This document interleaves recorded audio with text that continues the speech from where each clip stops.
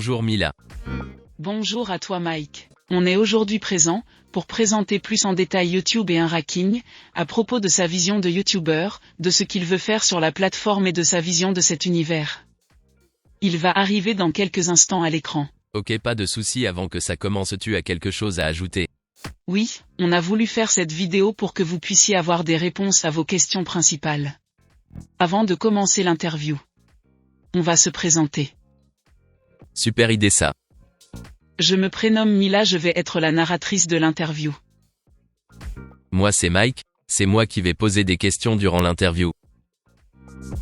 Maintenant que les présentations sont faites, n'hésitez pas à mettre votre ressenti dans les commentaires.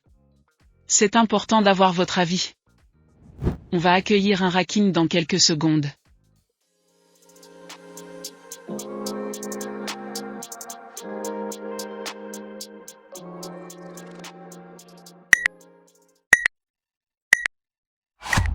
Salut, donc j'espère que vous allez bien. Moi, ça me fait extrêmement plaisir aujourd'hui de vous parler donc, pour cette petite interview entre gros guillemets. Donc ça va me permettre de vous expliquer plusieurs choses et de vous montrer aussi l'évolution de YouTube, ma vision aussi de YouTube, que ce soit pour aujourd'hui ou dans l'avenir. Donc ça me fait extrêmement plaisir. J'ai mis le petit bob parce que bon voilà, on arrive vers l'été et tout, donc je pense que ça rajoute quelque chose en plus. Bonjour un Raking. Salut. Commençons cette interview par quelques questions pour en apprendre un peu plus sur toi. Ça va se dérouler en 3 étapes. Premièrement, on va te poser des questions sur toi, ta vie et tes passions comme a dit Mila. Puis on va parler de ton point de vue général et ta vision des choses. Pour continuer l'interview, on va parler de tes conseils pour les jeunes qui aimeraient se lancer sur YouTube. Et pour finir, on fera une conclusion de ce que tu auras dit tout au long de l'interview.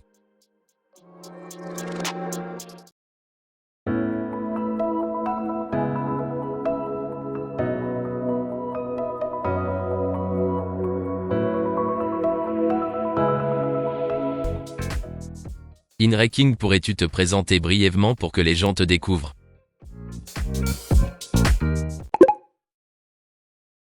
Donc je vais me présenter brièvement, donc comme la question a été posée, du coup moi j'ai 18 ans depuis peu, je viens d'avoir 18 ans en avril, bon voilà ça fait pas trop longtemps. J'habite en Saône-et-Loire, donc pour ceux qui voulaient savoir j'habite en Saône-et-Loire dans 71.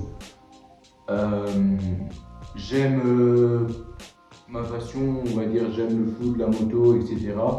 Et puis j'aime aussi évidemment YouTube, les vidéos, ça m'a permis aussi de découvrir plusieurs choses. J'ai un caractère, vous voyez, assez... quelqu'un qui aime bien découvrir plein de choses, c'est ce que vous voulez savoir. Après, au-delà de ça, qu'est-ce que je peux dire de plus que moi? J'ai pas trop d'autres choses, je suis quelqu'un d'assez solitaire en ce moment, depuis quelques années. Au début, quand j'étais petit, vers la période collège, j'étais quelqu'un assez qui bougeait, qui m'avait bien se remarqué. Là, depuis peu, je suis quelqu'un beaucoup. En tout cas, ouais, donc comme je vous ai dit, je suis quelqu'un de beaucoup plus posé par rapport au collège. Je suis quelqu'un de.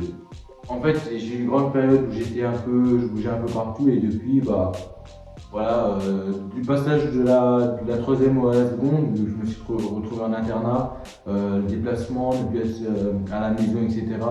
Ne plus aussi être avec ses amis du collège et tout, ça m'a permis aussi de comprendre certaines choses, d'évoluer, de voir un peu le monde différemment que tout le temps être dans ma ville et dans la ville dans laquelle j'étais.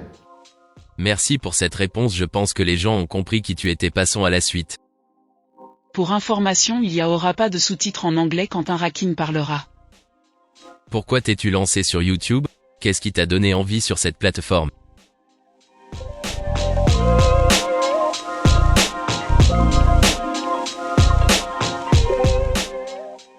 Pourquoi YouTube? YouTube parce que pour ceux qui ne savent pas, j'avais une ancienne chaîne à l'époque que j'ai supprimée qui s'appelait Plopums. Je me rappelle, je jouais là juste en face du canapé et je faisais des vidéos sur Euro Truck Simulator, sur MXGP, j'en ai fait quelques-unes. Et donc voilà, c'était vraiment une chaîne, on va dire, personne ne le savait et mes parents n'étaient pas trop pour. Ma famille n'était pas trop pour, j'en avais même jamais parlé, donc je suis bien plus tard. Donc voilà, c'était vraiment une chaîne à moi. Ça m'a permis d'évoluer depuis tout petit, et finalement depuis la 6ème, en fait en 6ème j'ai déjà une chaîne. Je faisais ça et personne ne le savait, donc j'avais pas de risque de me faire monter comme ça. Parce que on va peut-être en reparler plus tard dans l'émission, donc pas l'émission, l'interview. YouTube à l'époque, même aujourd'hui, hein, c'est toujours assez mal vu quand. Encore moi, dans mon lycée actuellement où je suis, les gens ils les prennent pas mal, ils savent que je suis YouTube, personne ne se moque YouTube. Mais je pense que dans certains endroits, si tu dis t'es youtubeur, les gens ils te rigolent alors qu'ils savent, alors que c'est les premiers à consommer du YouTube. Et c'est les premiers à te regarder quand tu vas marcher. Mais bon, les gens ils rigolent parce que c'est la seule chose qu'ils savent faire en vrai, de rigoler. Mais bref, en tout cas, je pense qu'ils sont mal à l'aise du fait qu'on parle de YouTube parce que c'est un métier maintenant à part entière. Mais donc oui, donc qu'est-ce qui m'a donné de faire YouTube? C'est vraiment le fait de pouvoir partager avec les gens, c'est vraiment le truc qui m'a fait le plus plaisir sur le monde de l'internet en général. On peut partager, que ce soit sur les réseaux sociaux, sur Instagram, sur Snapchat, Twitter, etc. Même s'il y a des réseaux plus ou moins bons pour les jeunes, comme Twitter. Mais YouTube, ouais, ça m'a permis beaucoup de.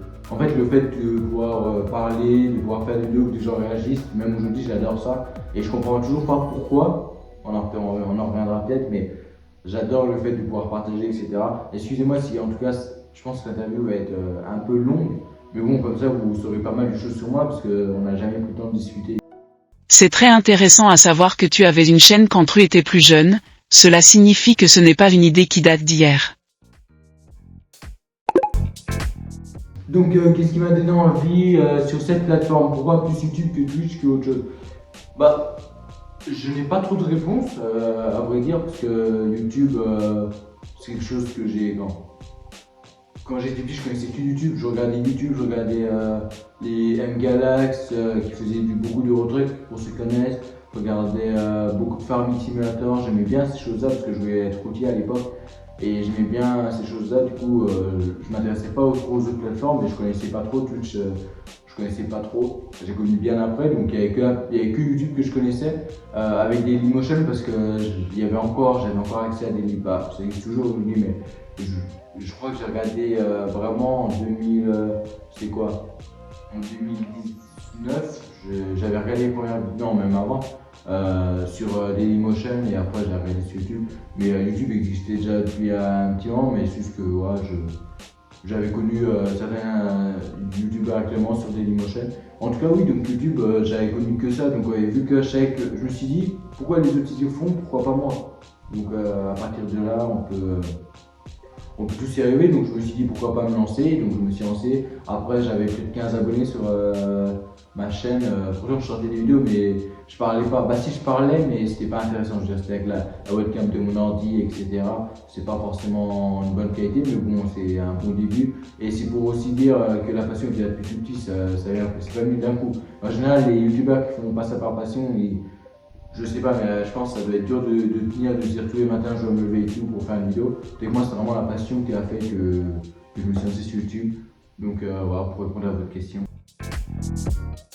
D'après toi, YouTube est-il une bonne solution de carrière pour la jeune génération qui ne savent pas ce qu'ils veulent faire?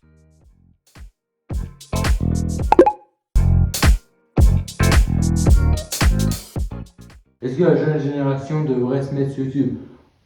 Il y a rien de mal en vrai qu'ils se mettent sur YouTube. Après, il faut qu'ils fassent attention. Il faut qu'ils connaissent aussi certains trucs. Le YouTube, c'est pas. Les gens aujourd'hui ils parlent un peu de YouTube comme si c'était le rêve absolu. Après, moi, j'ai encore jamais eu de problème. Et je suis jeune, hein, je suis tout petit sur YouTube là aujourd'hui. Mais j'ai jamais eu de gros problèmes. Jamais eu encore des insultes et tout. Mais YouTube, c'est pas non plus tout rose. Après, tu as la concurrence, t'as tout ça qui vient quand tu commences à avoir une chaîne assez développée. Moi qui ai une petite chaîne, j'ai pas connu tout ça encore, mais en tout cas, oui, les jeunes a un problème. Il faut pas se dire que c'est un métier facile, parce que c'est pas un métier du tout facile, sans décourager personne, parce que même moi, je sais pas si je vais y arriver. Et donc, c'est vraiment. Par contre, ceux qui disent c'est YouTube, c'est de la loterie, je suis pas pour cette phrase-là, parce que c'est pas de la loterie, c'est vraiment si tu as la persévération et l'envie d'y arriver, tu y arriveras. Si après tu te donnes pas les moyens, tu n'y arriveras pas, ou vraiment si tu as un piston, qui t'a aidé à monter comme un pro youtubeur, etc. Mais sinon, non, YouTube c'est pas de la loterie, c'est pas on tire une carte, on gagne pas, non. C'est vraiment la motivation. Après, certes, il faut peut-être avoir la réussite. Peut-être que même si quelqu'un qui veut se mettre sur YouTube et qui n'arrive pas à ambiancer le monde autour de lui, il va peut-être jamais y arriver.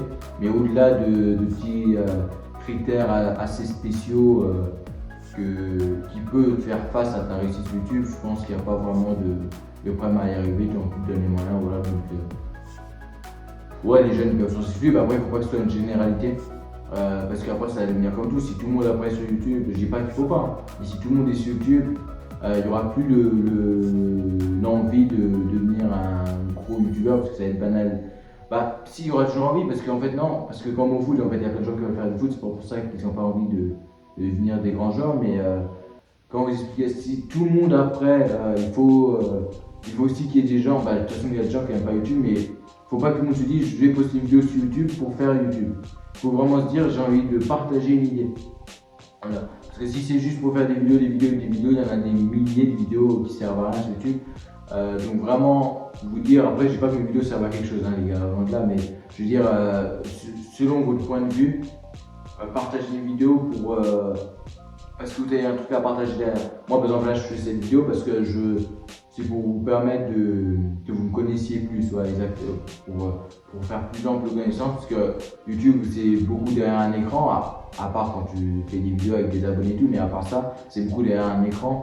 Tes abonnés doivent être souvent derrière un écran, donc c'est vraiment important qu'ils sachent qui tu es. Après, pas toute ta vie non plus, mais je pense que c'est important quand même qu'ils savent se dire, par exemple une racking, voilà, c'est pour ça qu'il faut quand même que les jeunes n'hésitent pas à se lancer, mais bon. D'où viens-tu cette envie de faire changer le YouTube FR?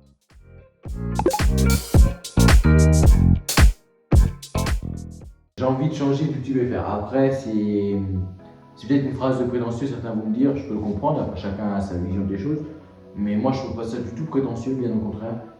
YouTube FR aujourd'hui, ouais, on a souvent les grosses têtes qui sont Michou, Inox, Squeezie, etc., etc. Il y en a pas mal et que j'apprécie beaucoup. Mais ce que je veux dire, c'est que c'est souvent, vous voyez, la même chose, miniature,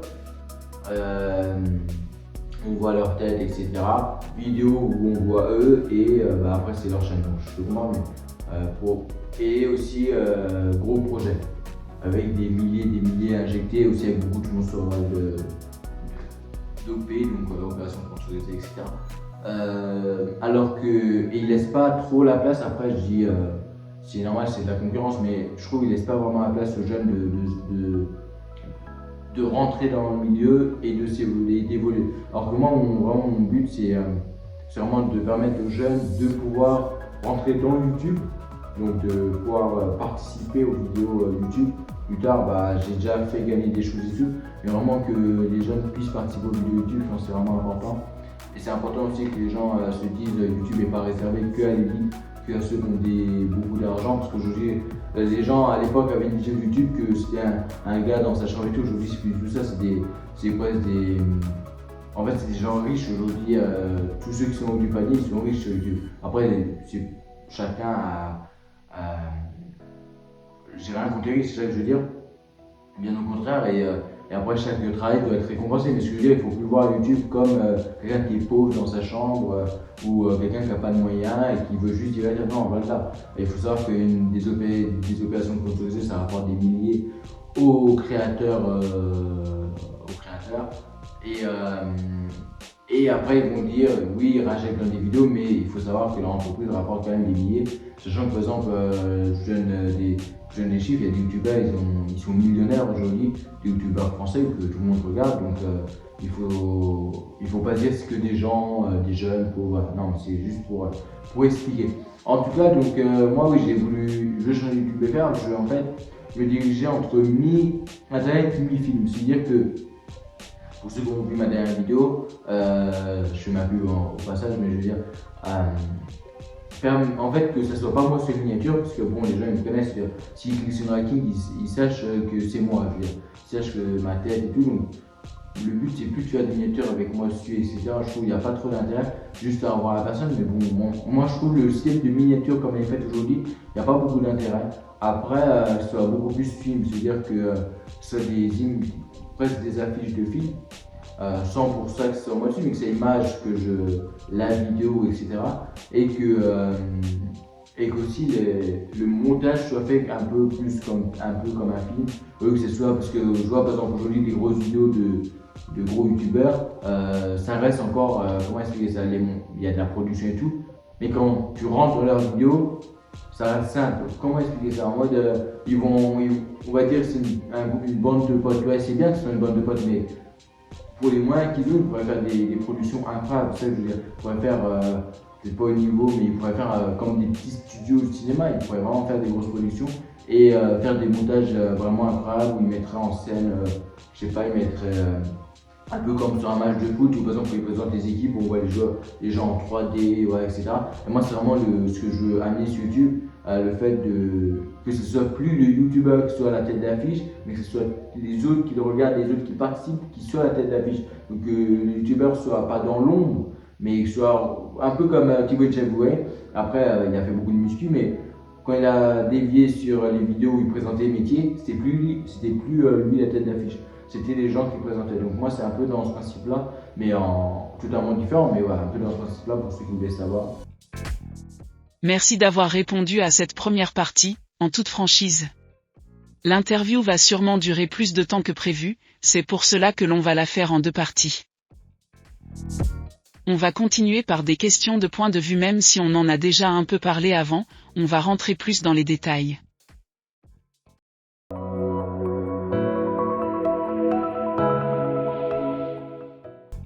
Donc InRaking, toi qui as peut-être des visions différentes des autres, je vais tout de suite te poser cette question: comment te vois-tu dans 5 ans?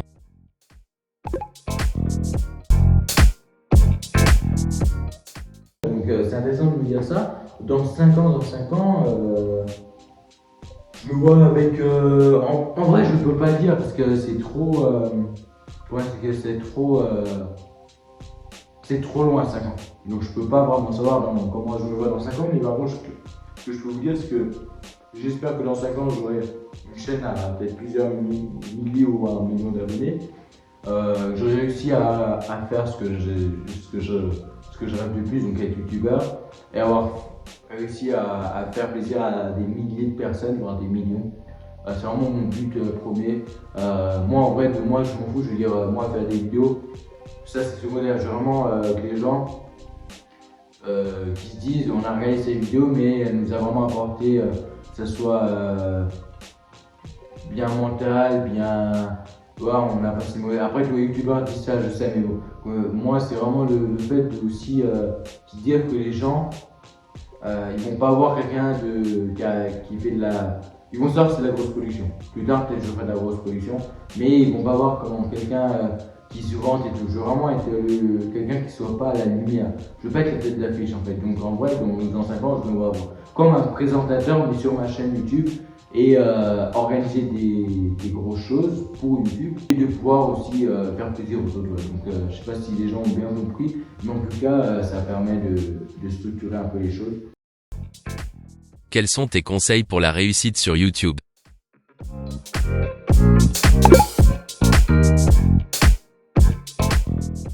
La réussite de YouTube, après YouTube, je pense qu'il n'y a pas vraiment de...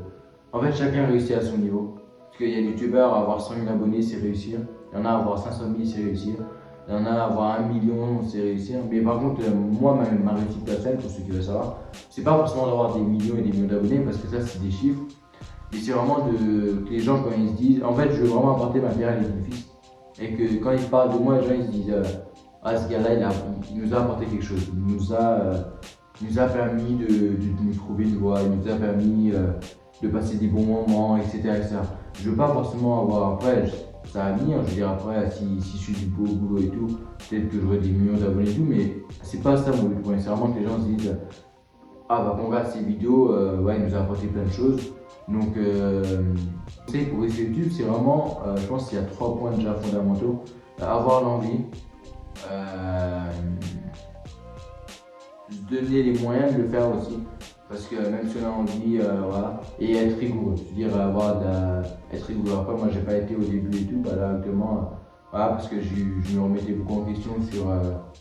Parce qu'en fait, ce que je faisais avant en vidéo, pour vous dire, c'est pas que ça me plaisait pas, mais ça me faisait comme les autres youtubeurs. Et je veux pas du tout. Ça passe pareil, c'est pour ça que ma vidéo que j'ai sortie, 3 anecdotes, j'ai mis un montage un peu comme un film, et après, oui, je m'améliore au fil du temps. Mais vous voyez, ça change déjà de la présentation du youtubeur.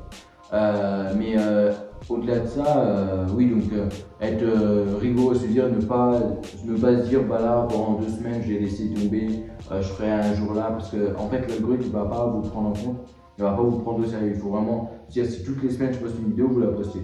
Après, chacun met son rythme, mais même si vous dites je poste une vidéo toutes les 2 semaines, mais il faut que toutes les 2 semaines vous soyez présent, parce que l'algorithme va prendre en compte qu'en quoi toutes les 2 semaines vous avez posté une vidéo.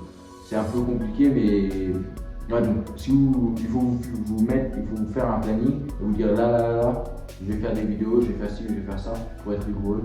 Après, sinon, la réussite, je pense que du moment qu'il y a la passion, la réussite vient avec, il n'y a pas forcément de secret. Du moment qu'on a envie de faire quelque chose, on va toujours y arriver. Si on a la détermination, en vrai, il n'y a pas trop à réfléchir, ça vient tout seul. Tes premiers ressentis sur YouTube, live, vidéo.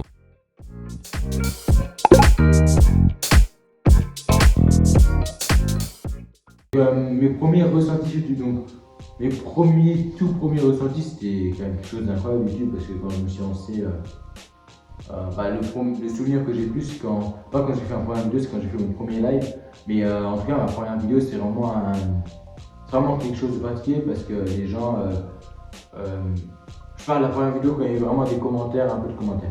Les gens, le fait que les gens commentent, je trouve ça vraiment incroyable.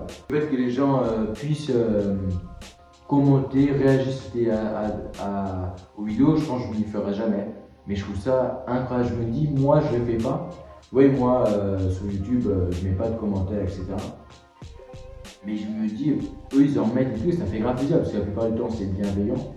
Donc je trouve que ça fait vraiment plaisir que les gens mettent des commentaires, etc.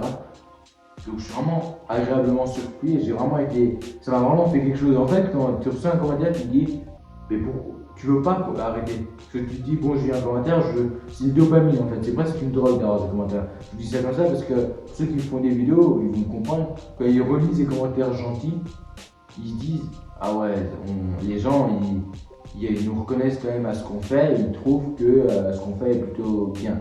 Et c'est toujours flatteur quand c'est un commentaire gentil, personne ne va dire le contraire.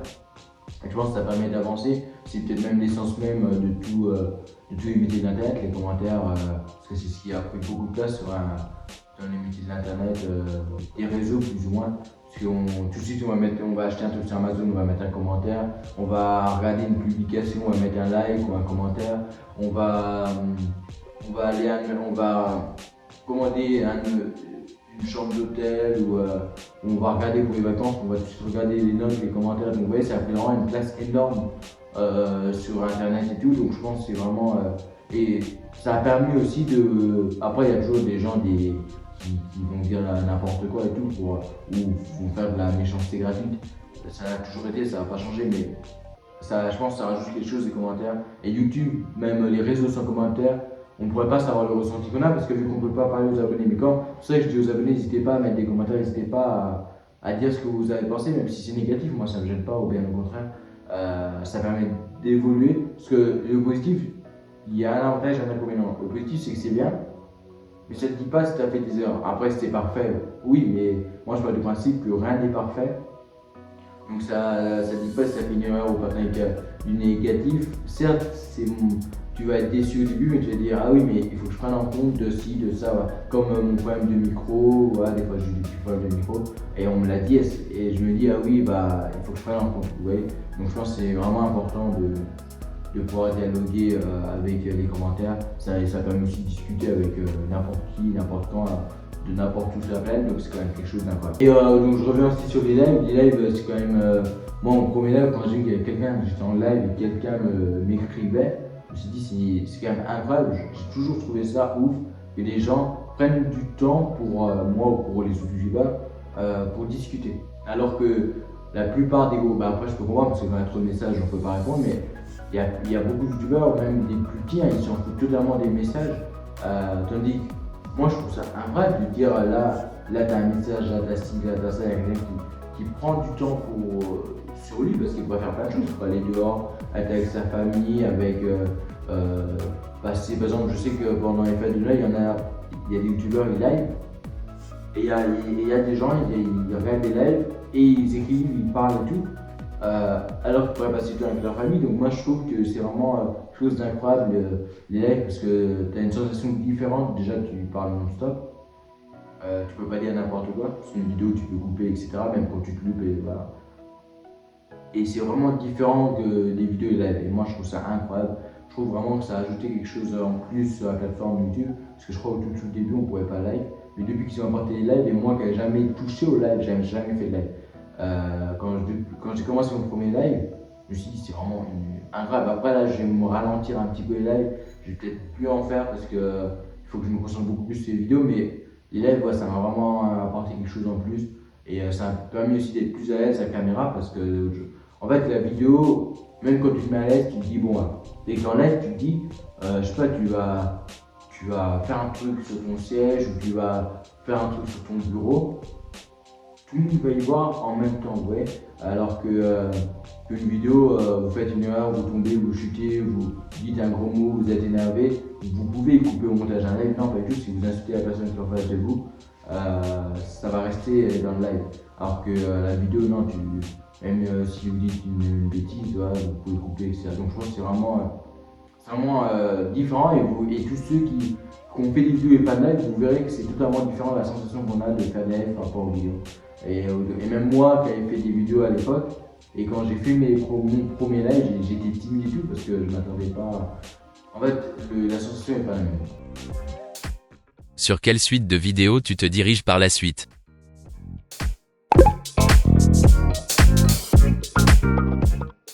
Donc les types de vidéos que je me dirige, je pense à des vidéos beaucoup plus films, comme je vous ai dit, avec un montage totalement différent que ce qu'on voit sur YouTube. Et je pense que ça peut faire plaisir à beaucoup de gens. D'ailleurs, toutes mes vidéos vont sortir en première, donc vous aurez un timer comme j'ai fait l'autre fois. Parce que je trouve que ça tease un peu la chose, alors qu'un live, pas live, mais comment est-ce que une vidéo que vous postez direct, pour vous la postez, vous attendez que les gens viennent. Et quand vous mettez en première, ça fait comme un live un peu, et du coup, les gens ils attendent et tout. Bah là, je sais qu'il n'y a pas eu beaucoup de monde parce que je n'étais pas venu depuis un petit moment, et puis il n'y a pas. Je suis petite chaîne, mais il faut vous dire que si par exemple tu as 100 000 abonnés par exemple et que tu as 10 000 personnes qui attendent là comme ça que la vidéo sorte, c'est quand même, moi je trouve ça vraiment incroyable. Donc ouais. En tout cas ouais, je pense que je vais faire beaucoup plus de vidéos films. Bah, je vais faire que ça d'ailleurs, c'est même pas beaucoup plus, je vais faire que ça parce que je veux pas faire comme tout le monde. Et c'est ce qui a fait que j'avais une pause de 2 mois d'ailleurs, parce que j'avais du mal à me dire je vais faire des vidéos comme tout le monde. Je veux vraiment être différent à partir de ma pierre et des pistes et changer totalement le concept de montage. Parce que même si je parle un peu des mêmes choses, si le montage n'est pas le même, ça change totalement d'ambiance. Donc je pense que voilà, c'est un peu dans ça que je vais me diriger pour mon premier futur vidéo, etc. En tout cas, j'espère que ça va plaire à ma communauté. Ils me diront en commentaire, ils me diront en dessous là ce qu'ils ont aimé, point par point. Ton point de vue sur les plus gros youtubeurs.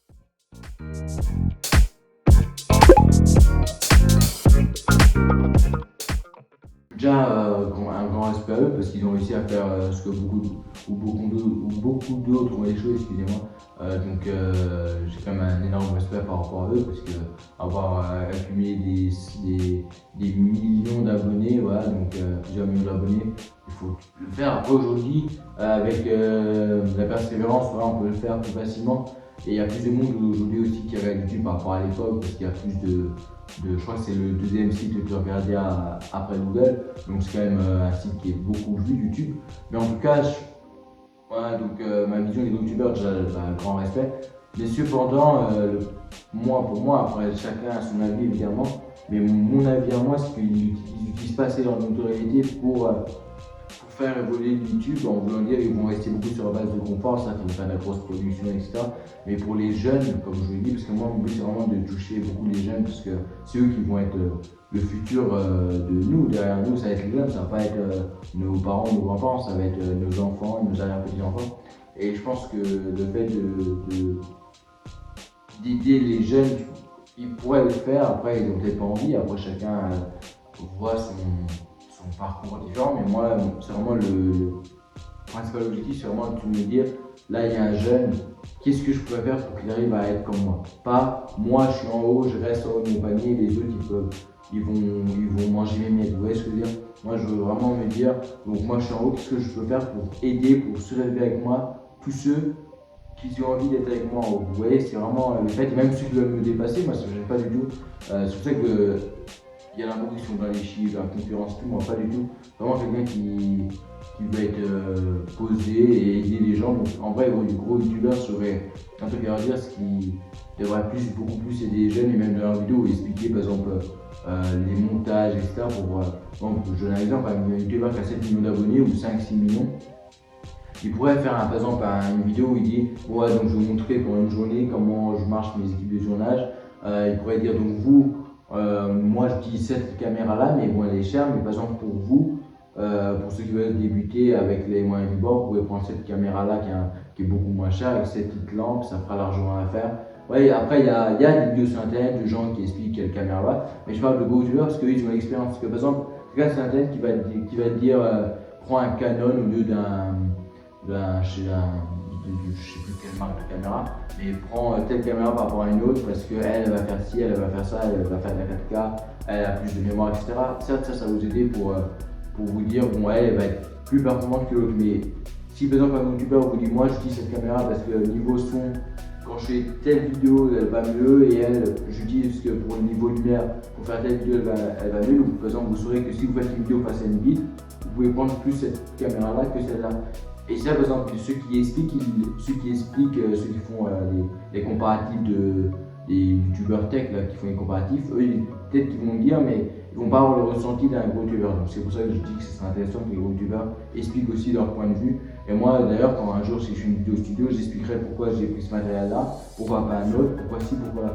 Et pourquoi aussi, et je mettrai aussi des comparatifs de matériel pour des gens qui ont moins d'expérience que moi, ou moins d'argent et qui veulent débuter sur des appareils beaucoup moins chers que moi.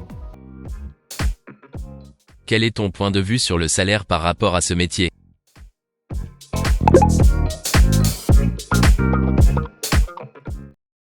Donc l'argent. Alors l'argent. Sur YouTube, l'argent pose. YouTube, et d'ailleurs en France, j'allais dire YouTube. En France, l'argent c'est quand même plus ou moins tabou par rapport aux États-Unis. Les gens ont plus de mal à parler d'argent. Après, je peux comprendre, c'est le système qui fait qu'on a plus de mal à parler d'argent, et on ne vit pas pareil qu'aux États-Unis non plus. Les États-Unis, c'est beaucoup, comme on dit, les rêves américains, grosses voitures, tout ça. En France, c'est beaucoup plus national, on va dire, c'est beaucoup plus familial. Bref, je sais pas si vous comprenez, je me suis peut-être pas fait trop comprendre, mais je dis en France, ça a beaucoup avoir sa petite maison, sa famille, etc. Et avoir sa petite voiture, partir en vacances. Tandis qu'aux États-Unis, ça a été beaucoup grosses vidéos, comme vous voyez, par exemple, le premier youtubeur français, ou même le top 3 des youtubeurs français et le top 3 des youtubeurs américains, le concept de vidéo est déjà pas du tout le même. MrBeast fait des vidéos, sans parler d'argent, hein, mais le style de vidéo est pas le même. Par exemple, un Squeezie, Michu vont faire des vidéos beaucoup plus posées, avec leurs potes, voilà, discuter, faire des vidéos drôles et tout. C'est comme vous avez regardé aux US, c'est beaucoup des vidéos explosion, grosses voitures, voilà, alors qu'en France on n'a pas ça. C'est totalement différent. Mais par contre, la question, est-ce que vous pouvez me la répéter s'il vous plaît? Parce que j'ai totalement oublié. C'est le salaire, totalement oublié. Donc est-ce qu'il est normal? Alors, qu'est-ce qu'on peut appeler un salaire normal d'ailleurs? Parce que moi je partirais, pour moi la définition d'un salaire normal, c'est un salaire qui permet de vivre, pas de survivre, de vivre et de partir en vacances. Après, qu'est-ce qu'est un salaire normal? En France, sachant que le SMIC est à 1324, un peu comme ça, vous me direz si j'ai eu bon, mais je pense que ça va être ça. Il a été augmenté. La moyenne des Français gagne moins de. Je pense que la moyenne des Français en salaire, je ne sais pas du tout, hein, j'ai vraiment des chiffres. Je pense entre 1600 et 1800 euros par mois, la moyenne. Donc, est-ce que le salaire est normal? En fait, il n'y a pas de salaire normal, parce qu'on va dire, comme par exemple, quand on nous avait posé la question, je vous donne un exemple tout bête, mais à Mbappé, est-ce qu'il mérite son argent? Il a dit, je ne l'ai pas volé. Il a raison, parce qu'en vrai, on n'est pas du tout dans le même système, c'est totalement un système à part. Certes, on est dans le monde du travail, parce que ça a été reconnu comme un travail, le YouTube, mais on n'est pas du tout dans un système classique. C'est-à-dire que c'est YouTube même qui nous paye, donc c'est une entreprise privée. Il faut savoir, c'est une entreprise privée et ils ont des milliards, donc ils nous payent en fonction de. Comme eux, ils ont leur barème de salaire en fait. C'est eux-mêmes qui créent leur barème. Alors que nous, ça va être différent le barème. Pourquoi un boulanger va gagner par exemple 2 000 € par mois et pourquoi un pâtissier va gagner peut-être 1 800. Je dis des chiffres aléatoires, mais c'est pour vous dire, le barème ne va pas du tout le même par rapport à l'État français ou par rapport à des entreprises privées. Donc, est-ce que le salaire est normal? Moi, je dirais du moment que le salaire, je ne l'ai pas volé. Après, je ne sais pas s'il mérite ce que je fais. Après, je ne sais pas si ce que je fais mérite un salaire aussi élevé ou pas assez élevé, ou etc. Mais du moment que je ne l'ai pas volé, j'estime que après, je ne vais pas cracher sur ce qu'on donne. Mais par contre, ça n'empêche pas de créer après, si ça a beaucoup d'argent, une association et tout. Et je dis pas ça pour me donner une bonne conscience pour payer, ou pour un jour ne pas payer de taxes. Non, je dis vraiment ce que je pense c'est important de redistribuer l'argent au-delà de ne pas payer de taxes ou d'impôts, etc. Je pense que c'est important de redistribuer l'argent aux plus démunis, que ce soit des associations pour des gens en situation de handicap ou pour des gens qui... Merci InRaking d'avoir répondu à mes questions. On se retrouve très vite pour la suite de l'interview. Bonne journée, au revoir. Merci à toi, merci à Mike pour ton professionnalisme, merci à vous d'avoir pris du temps pour nous écouter. J'espère qu'on aura pu répondre à vos interrogations de la meilleure des façons possibles. Il y aura une seconde partie dans quelques temps, pendant ce temps prenez soin de vous et de vos proches. C'était une interview présentée par Mike et Mila, écrit et monté par InRaking. Je remercie le studio IRK qui nous aura permis de réaliser cette émission. Au revoir et bonne journée.